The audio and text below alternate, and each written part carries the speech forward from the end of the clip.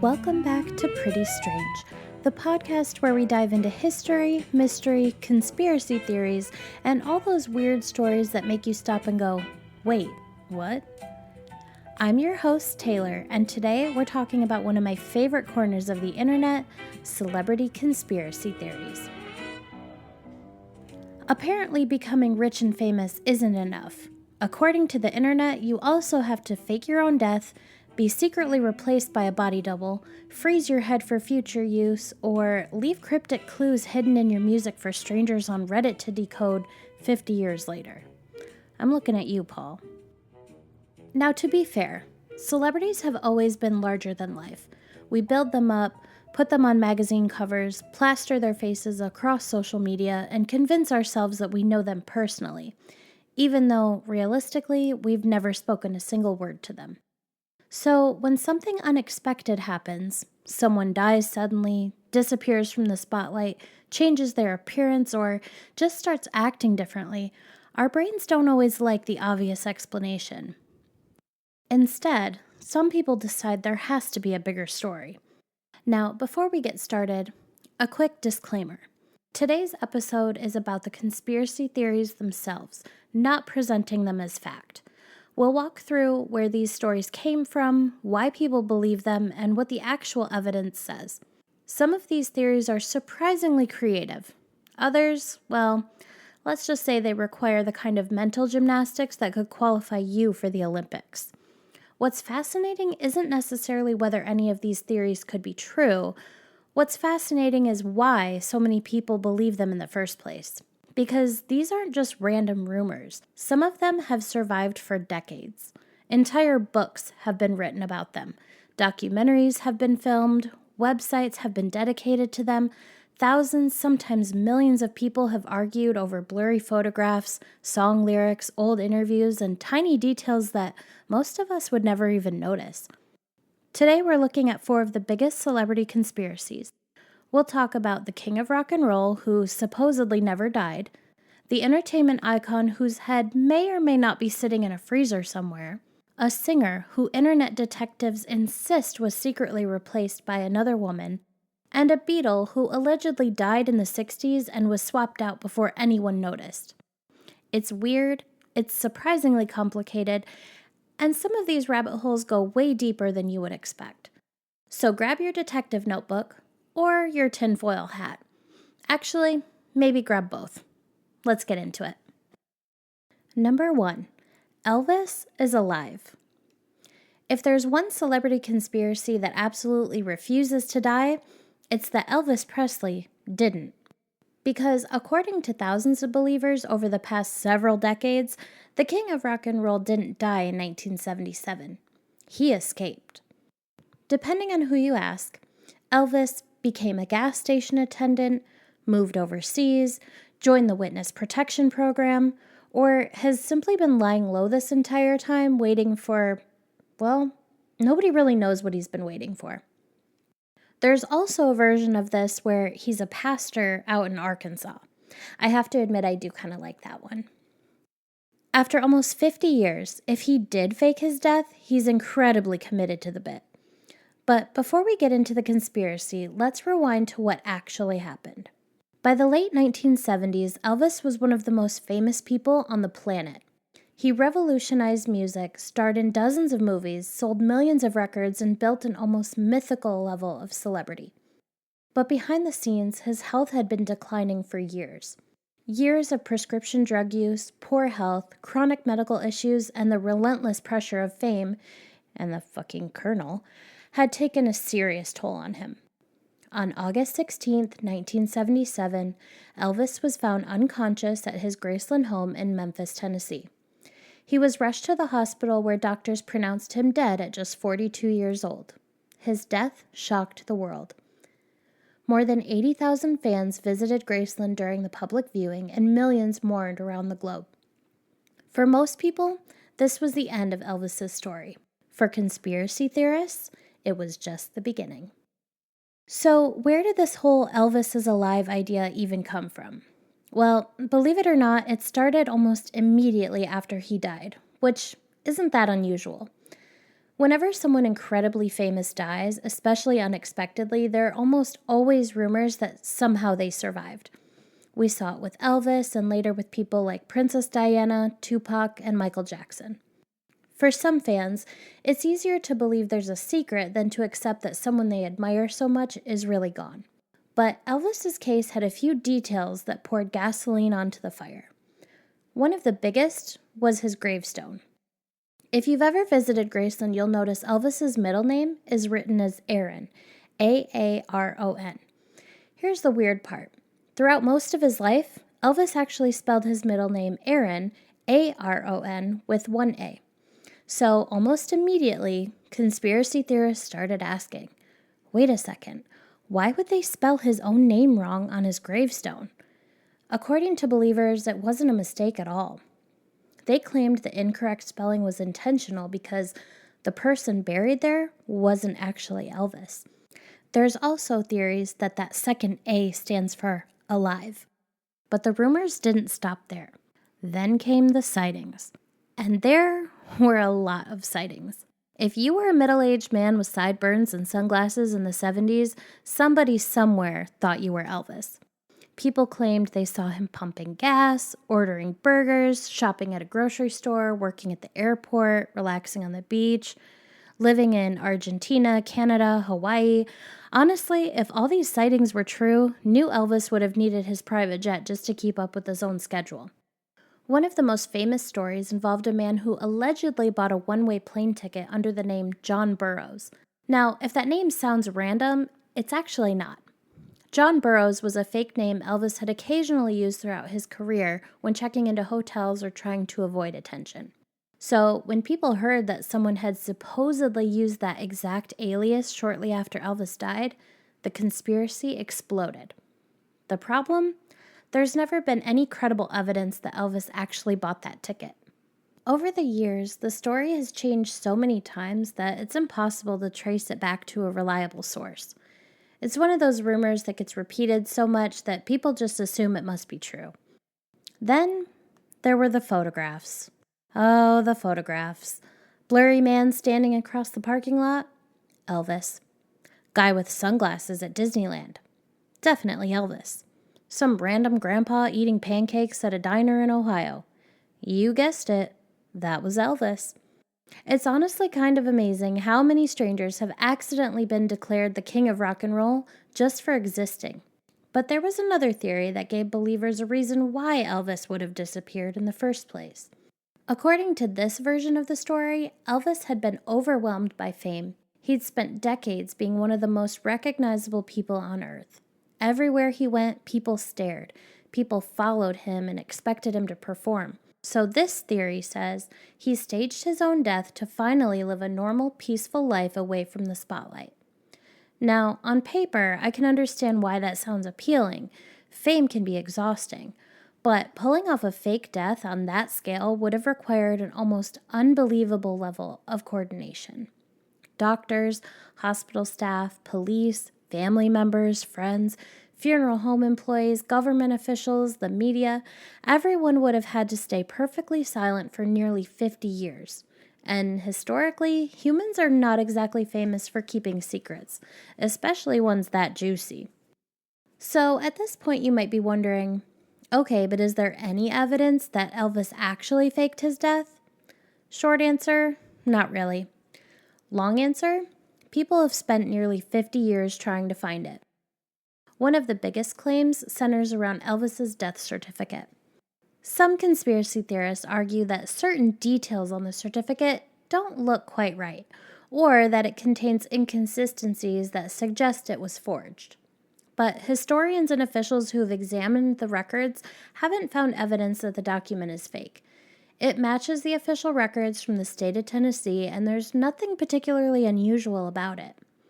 Then there's the argument that the autopsy was somehow sealed, which sounds incredibly sus until you learn that it's actually not that unusual. Medical records, especially autopsy reports, are often restricted for privacy reasons, particularly when they involve public figures. Over the years, portions of Elvis's medical history has become public through court records, biographies, and investigations, and they paint a pretty clear picture of someone whose health had been declining for years.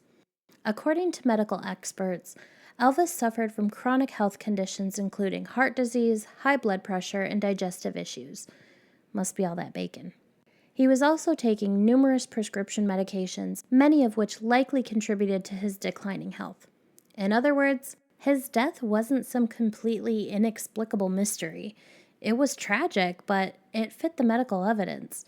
Of course, that hasn't stopped people from asking, but what if all of that was fake? And that's really the challenge with conspiracy theories. If every document is fake, every doctor is lying, every family member is covering it up, then there's no amount of evidence that could ever convince someone otherwise. The theory becomes impossible to disprove because every piece of contradictory evidence simply becomes part of the conspiracy. Another popular claim is that Elvis secretly entered the witness protection program. Now, I have to admit, this one makes me laugh a little because witness protection is designed to protect people whose lives are in danger because they're cooperating in criminal investigations, not rock stars who are tired of being famous. There's never been any credible evidence that Elvis was involved in a case that would have required that kind of protection. It just kind of developed because both Elvis and the mob were major icons in Vegas history. Put them in the same city at the same time, and people are sure they crossed paths. Another theory, and probably my favorite that has developed in recent years, is that Elvis is actually a pastor in Arkansas named Bob Joyce. According to TikTok, yes, very reliable source, Pastor Bob Joyce looks like an older Elvis, has a deep southern voice, sings gospel music with a style they say sounds identical to Elvis, and is roughly the right age. Videos comparing their voices and facial features have racked up millions of views, with believers pointing to everything from his smile to the shape of his ears as proof. The problem? None of this actually holds up. Bob Joyce has repeatedly stated that he is not Elvis Presley. Public records show he has an established life and identity that predates the conspiracy, and there's no credible evidence connecting him to Elvis beyond superficial similarities. Most experts chalk it up to confirmation bias. Once someone wants to see Elvis, every resemblance suddenly confirms. But also, isn't that the point of something like the Witness Protection Program? Create an entire existence for someone, include details that give the witness a legit-sounding backstory with receipts to back it up. I mean, it also helps that Elvis loved gospel music. So hearing an older man sing in a similar style makes the comparison feel even more convincing. Aside from Bob Joyce, there have been other appearances too. More hidden appearances. Every few years, a grainy photo or shaky phone video starts making the rounds online.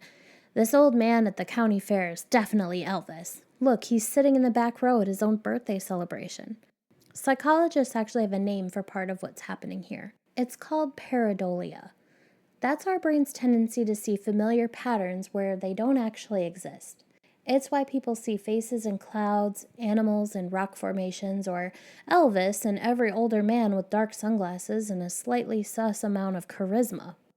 Our brains are basically pattern-finding machines. Sometimes they're incredibly good at it, and sometimes they're just really enthusiastic. So why has this conspiracy survived for almost 50 years? Part of it is because Elvis wasn't just a singer. He was Elvis. For millions of people, he represented an entire era of music and culture. Losing him felt almost impossible. And when someone becomes larger than life, it's strangely hard for our brains to accept that they're still bound by the same rules as everyone else. Maybe that's why the story refuses to go away. Not because the evidence points to Elvis being alive, but because it's a little more comforting to imagine that somewhere out there the king is flipping burgers at a roadside diner or enjoying a quiet retirement, somehow managing to avoid being recognized for half a century. As outrageous as the Elvis conspiracy is, the next one somehow gets even weirder. Because while Elvis fans think their favorite celebrity secretly lived, fans of this entertainment legend believe something very different. They think he was frozen. as in cryogenically preserved. You've been cryogenically frozen for 30 years. Let's talk about Walt Disney. Number 2, Walt Disney and the frozen head theory. If Elvis is the king of maybe he's still out there somewhere conspiracies, Walt Disney is the king of, okay, but what if we froze him? Like a human popsicle. Yes, this is real. Or at least real in the sense that people genuinely believe it. The theory goes like this. When Walt Disney died in 1966, he didn't actually get buried like a normal person. Instead, according to the rumor, his body, or in some versions just his head, was cryogenically frozen so that future science could eventually bring him back to life.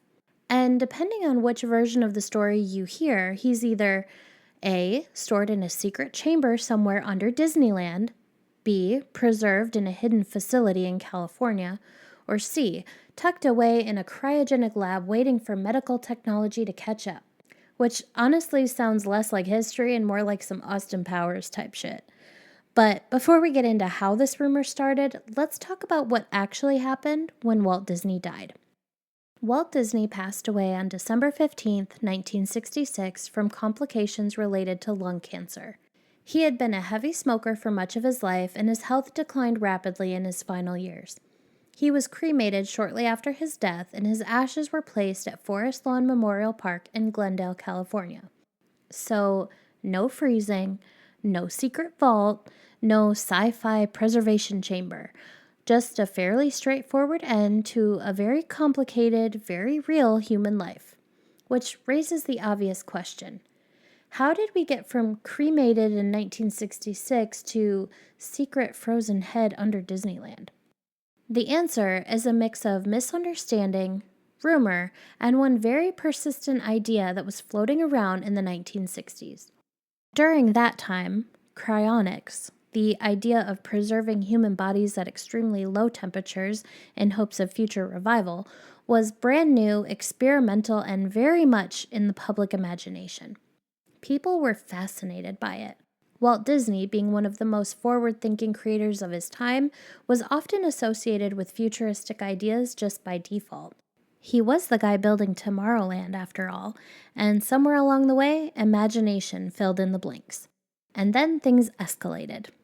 A key moment in the spread of the rumor was a claim that Disney had been interested in cryonics or had secretly arranged it before his death. There is, however, no credible evidence that Walt Disney ever signed up for cryogenic preservation, discussed it seriously, or made any arrangements for it. In fact, the timing doesn't even line up very well with early cryonics organizations, which were just beginning to form around that era and were not widely established or even medically supported yet. But once the idea was out there, it stuck, because it has all the perfect conspiracy theory ingredients. A famous visionary figure, a futuristic technology that people barely understand, and a lack of public knowledge. That combination is basically rocket fuel for speculation. And then came the detail that really made the rumor stick in pop culture. The idea that Disney's body wasn't publicly displayed after his death. For conspiracy theorists, that absence of visibility turned into, they must be hiding something. Even though in reality, most cremations don't involve public viewing of remains afterwards. But logic has never really been the main character in this genre of storytelling. The frozen head version of the theory specifically seems to have been popularized later, evolving as cryonics became more widely discussed in science fiction and fringe scientific communities. Over time, people merged those ideas together. Disney plus futurism plus secrecy plus cold preservation equals frozen head under Disneyland. And once that image exists in your brain, it's kind of hard to unsee it. To be fair, part of why this rumor persists is because Walt Disney did spend his life obsessed with the future. He built entire worlds based on what he thought tomorrow would look like. So people project that mindset backward onto him and assume he must have wanted to cheat death the same way he tried to reinvent entertainment. Here's the simplest way to ground it. If a secret cryogenic preservation of Walt Disney existed, it would require decades of flawless secrecy from hospitals, family members, funeral staff, scientists, and employees connected to multiple institutions. And once again, human beings are famously bad at keeping secrets. At some point, someone would have absolutely leaked that story during a podcast interview or a Reddit thread titled, "I worked there, ask me anything." But despite the lack of evidence, the theory refuses to fully disappear. It taps into something deeper than fact. It's not really about Disney. It's about the idea that the people we admire are too important to fully lose. It's comforting to think there must be something we as regular peasants don't know. More to the story. Death couldn't possibly apply. Moving on to our next conspiracy, this one is less about death and more about identity. Because what if a celebrity didn't die at all but quietly got replaced? Let's talk about Avril Lavigne. Number 3, Avril Lavigne and the Melissa replacement theory. Alright, so according to one of the internet's most persistent pop culture conspiracies, Avril Lavigne is not actually Avril Lavigne. Instead, she allegedly died sometime in the early 2000s and was quietly replaced by a body double named Melissa. Yep, that's the claim. And no, it doesn't come with receipts that hold up in court, but let's break down how this theory even exists, because it didn't just appear out of thin air. It evolved the way most modern conspiracies do. Forums, blogs, and people who notice that celebrities age. The theory first gained traction online around the late 2000s and early 2010s, particularly on Brazilian fan blogs and internet forums. One early version of the story suggested that Avril became overwhelmed by fame after her debut album Let Go in 2002, and that she died shortly afterward. From what? I don't know. Nobody ever said. She died. To cover it up, her record label allegedly hired a lookalike named Melissa Vandella to continue the career in her place. And just like that, a pop-punk singer allegedly became a completely different person without the general public noticing. Which, if true, would make this the most successful identity swap in modern entertainment history. But the theory doesn't stop at, "Trust me, bro." Oh no, it builds a whole case file of evidence. Let's go through some of the greatest hits. First up, appearance changes. Believers point out that early Avril looked more skater punk tomboy in the Let Go era, while later versions of Avril appear more polished, styled, and, according to theorists, different in the face. Now, setting aside the fact that this is literally what happens when someone goes from 17-year-old breakout artist to adult pop star with access to stylists, lighting teams, makeup artists, and about a decade of life experience, conspiracy logic says suspicious. Then there are comparisons of photos over time, where people zoom in on facial features like they're analyzing a crime scene lineup. Eyebrows, jawline, smile. The internet loves a good spot the difference challenge, especially when it involves assuming someone has been replaced by a secret clone instead of just aging into adulthood. Next, handwriting. Some versions of the theory claim Avril's handwriting changed after her supposed replacement, suggesting this proves she is a different person, which, again, is something that happens to literally everyone over time unless you are actively trying to preserve your handwriting. Then there are the lyrics. Fans of the theory argue that certain songs hint at distress, identity confusion, or hidden messages. Because of course they do. But here's the most important part. There is zero credible evidence that Avril Lavigne ever died. No official reports, no confirmed incidents, no medical records, no industry acknowledgement, nothing. And Avril herself has directly addressed the rumor multiple times, dismissing it as an absurd internet hoax, which, to be fair, is probably one of the most reasonable responses you can have to finding out that the internet thinks you were replaced by a woman named Melissa. Now, let's zoom out for a second, because this theory didn't just come out of nowhere. It actually reflects a broader pattern. The early 2000s was peak tabloid culture. Pop stars were intensely scrutinized. Every outfit, interview, slight personality shift, everything was analyzed like it had hidden meaning. So when Avril's image evolved, as all artists do, the internet didn't just see change, it saw replacement. But the reality is much simpler. Avril Lavigne released albums, went on tours, appeared in interviews across decades, collaborated with other artists, and continued her career in full public view, which is a pretty hard schedule to maintain if you were secretly swapped out 20 years ago without anyone in the industry noticing. But even though the evidence collapses pretty quickly under scrutiny, the theory still sticks around. Because it's not really about Avril. It's about how the internet handles change.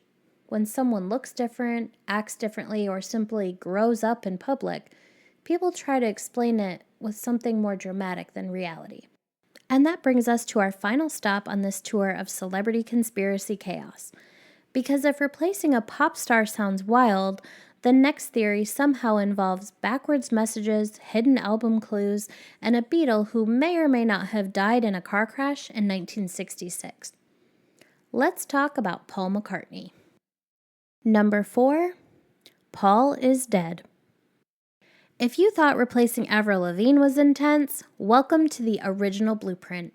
The conspiracy that Paul McCartney died in 1966 and was secretly replaced by a look-alike so the Beatles could keep going. Yep, that's the claim. And unlike a lot of modern internet theories, this one actually has a specific starting point in history. It began in 1969. A student at Drake University in Iowa allegedly called into a radio show and claimed that Paul McCartney had died in a car crash years earlier and that the Beatles had been hiding it ever since. Now, this was already a pretty bold claim to drop casually on the radio, but what made it explode is what happened next. People started finding evidence. And once that door opened, it basically never closed again. Let's walk through the so-called clues. First up, Abbey Road. One of the most iconic album covers in music history shows the Beatles walking across the street. But conspiracy theories saw something else entirely. They insist it looks like a funeral procession. John Lennon dressed in white as a priest, Ringo Starr in black as the Undertaker, George Harrison in denim as the gravedigger, and Paul McCartney barefoot, which, according to the theory, symbolized that Paul was the corpse, because apparently in this universe, shoeless equals deceased. In reality, Paul being barefoot had a much simpler explanation. He just didn't feel like wearing shoes that day in the heat, a level of decision-making most of us also reach around 4 p.m. in the summer. But the symbolism didn't stop there, because internet detectives also pointed to Paul holding a cigarette in his right hand instead of his left in some photos, suggesting he was an imposter who couldn't replicate Paul's handedness perfectly. Which raises the question, if you're going to replace a global superstar without anyone noticing, maybe rehearse the smoking hand first. Then came the album Sgt. Pepper's Lonely Hearts Club Band. This is where things really escalated. On the cover, there's a collection of props, flowers, and instruments arranged in a way that conspiracy theorists interpreted as a massive clue board. Some claimed the floral arrangement spelled out Paul is dead. Others pointed to a toy car with OPD written on it, which they interpreted as officially pronounced dead. OPD actually referred to Ontario Provincial Police Department, or was simply part of a decorative collage depending on the interpretation. And the Beatles themselves later dismissed this idea entirely. But once people start seeing the patterns, they don't really stop. Then there's the famous backwards message claim. If you play certain Beatles songs in reverse, believers swear you can hear hidden phrases like, "Turn me on, dead man," or "Paul is dead, la la la." Here's an example of a clip from It's Johnny's Birthday, a song by George Harrison. The part where they're singing, "And we would like to wish him all the very best." People insist you can hear, "He never wore his shoes, we all know he was dead," when it's played in reverse. What do you hear? Then, and we would like to wish him all the very best. He never wore his shoes, we all know he was dead. Now, to be fair, if you expect to hear something creepy while reversing audio from the 60s on low-quality equipment, your brain is going to help you out a little. but I have to admit, that's really fucking creepy. I don't like it. I don't like listening to things backwards. I don't like any of that. It makes me feel very weird. This is called audio pareidolia, similar to seeing faces in clouds, but for sound. Your brain tries to match random noise to familiar speech patterns. So, garbled audio artifact becomes definitely a secret message from beyond the grave. The Beatles themselves eventually addressed the rumors, with Paul McCartney famously giving interviews in the late 60s and early 70s to prove he was alive. He appeared in public, performed live, and continued releasing music with the band and later as a solo artist, which you would think would settle it, but instead, the conspiracy just adapted. Because that's what these theories do. They don't die, they evolve. If Paul shows up in public, that's just evidence of a convincing replacement. If he releases music, that's proof the cover-up is ongoing. If he gives interviews, clearly scripted. At a certain point, the theory becomes less about Paul McCartney and more about the idea that nothing can ever fully disprove it. But here's the simple reality. There is no credible evidence that Paul McCartney died in 1966. The Beatles' discography, public appearances, recording sessions, and documented history all show a continuous career with Paul actively involved throughout. What did happen is something much less mysterious, but much more interesting in a different way. The Beatles became so culturally massive, so analyzed, so idolized, that fans began treating their work like it contained hidden layers of meaning in everything. Every lyric, every album cover, every interview pause, they all turned into potential clues. And once you start looking for secrets everywhere, you will absolutely find them, even if they aren't really there. So, Paul McCartney didn't die in a car crash, but something else did happen here. A reminder that when a band becomes larger than life, people eventually stop treating them like musicians and start treating them like gods. Which brings us to the end of our tour through celebrity conspiracy theories. But before we wrap this up completely, we should probably ask a bigger question. Why do we do all this? Why are we so obsessed with turning fame into mystery? Let's close it out. After Elvis, Walt Disney, Avril Lavigne, and Paul McCartney, we're left with a pretty wild pattern. Famous person disappears or changes, the internet goes, suspicious, and suddenly we've got secret identities, frozen heads, undercover replacements, and enough hidden clues to make every album cover feel like an escape room. But stepping back for a second, none of these conspiracies really survive because of evidence. They survive because of something a lot more human. We don't like simple endings. We don't like logical answers, and we don't like the idea that extraordinary people can just die. Elvis didn't vanish into a secret second life. Walt Disney didn't get turned into a futuristic science experiment. Avril Lavigne didn't get replaced, she just grew up in public. And Paul McCartney didn't secretly die mid-tour while the Beatles pulled off the greatest cover-up in music history. What actually happened in all of these stories is much more grounded. People got sick, people aged, people changed careers, styles, personalities, and public images over time, and in some cases, people died. Real lives with real endings. But here's the interesting part. Even when the facts are clear, these stories still stick. Because conspiracy theories aren't just about proving something happened, they're about making sense of the uncertainty. They take messy, emotional moments like fame, loss, and change and turn them into narratives with structure. There's always a secret, always a hidden truth, always someone pulling the strings behind the curtain. And honestly, that's kind of comforting in its own weird way. The alternative, that sometimes things just happen without hidden meaning, is a lot harder to sit with. So we look for patterns. We connect dots. We turn album covers into crime scenes and interviews into coded confessions. And to be fair, it's kind of fun. There's a reason these theories spread so easily online. They're entertaining, they invite participation, they turn passive listeners into detectives, and everyone gets to feel like they're in on something big. But the trade-off is that the story becomes more important than the truth. And once that happens, reality has a pretty hard time competing. So maybe the real takeaway isn't whether any of these theories are true, it's why they exist in the first place. We don't just watch celebrities. We build mythology around them. We take real people and stretch them into symbols of fame, mystery, or something bigger than life.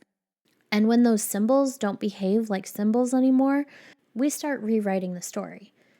But if you strip all of that away, what you're left with is just people. Talented, complicated, imperfect people living very public lives under very intense scrutiny. No frozen heads, no secret identities, no undercover Elvis living as a pastor. Probably.